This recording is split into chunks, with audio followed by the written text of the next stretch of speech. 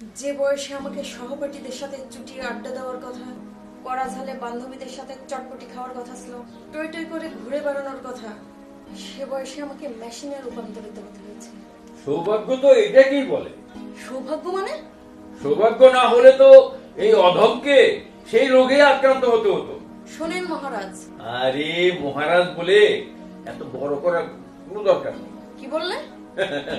আমি তো একেবারে বোকা নই, তোমার ঢঙ্গের কাছে আমি ধরাশায়ী হয়ে যাব। কিসব ঢঙ্গের কথা বলছো তুমি? আমার কোনো গুণ নেই? আমার মেজাজ কিন্তু একদম চড়ে যাচ্ছে। ঠিক আছে বাবু, মেজাজ চড়াবার কোনো দরকার নেই।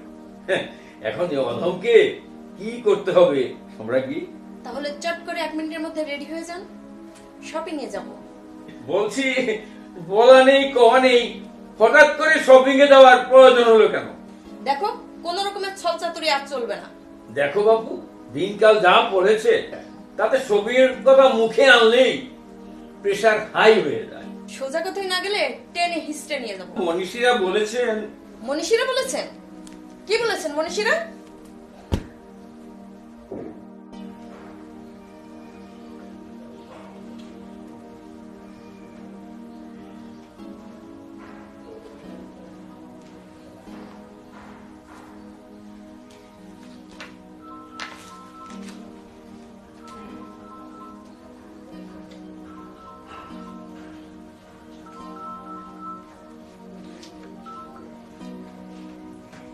হ্যালো,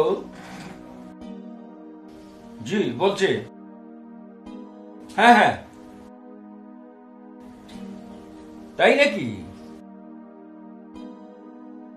ধন্যবাদ ধন্যবাদ।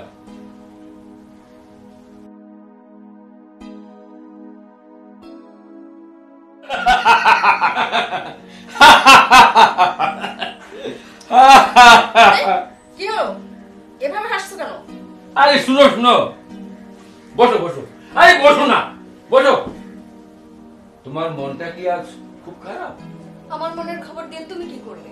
সুখবরটা শুনলে তোমার মনটা ভালো হয়ে যেতে পারে।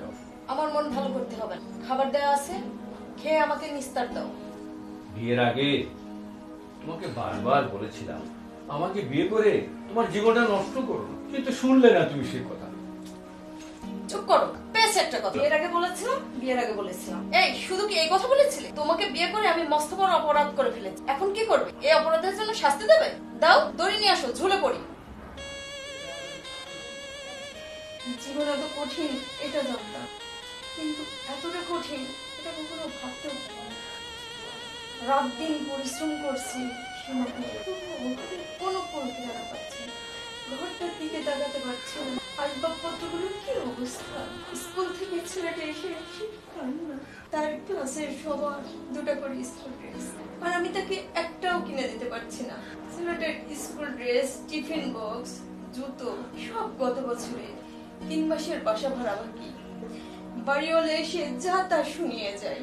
আসলে আমি আর এই চাপ নিতে পারছি না।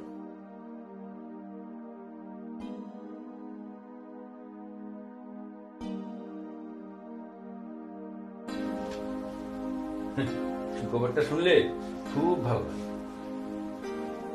আচ্ছা ঠিক আছে।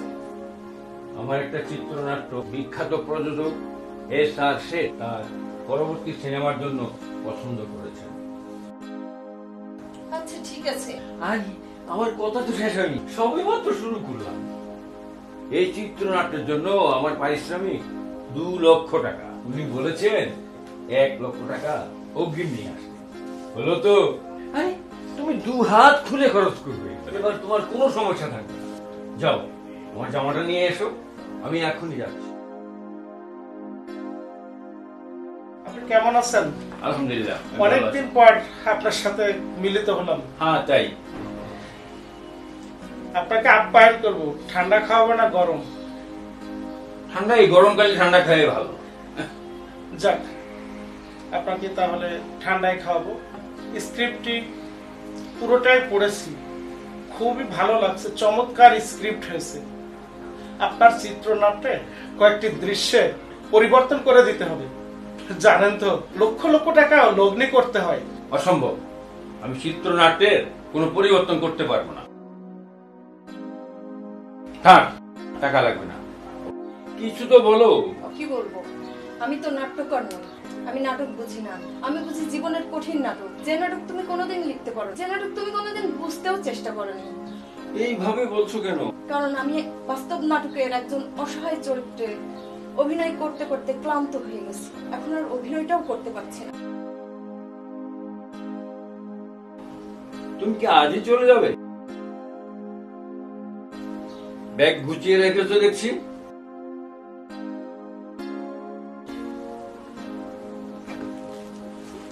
দাও দাও, আমি তোমাকে ধরে রাখার চেষ্টা করবো না, কারণ তোমার প্রেমের ঘোর কেটে গেছে। তুমি আসলে আমার প্রেমে পড়েছিলে।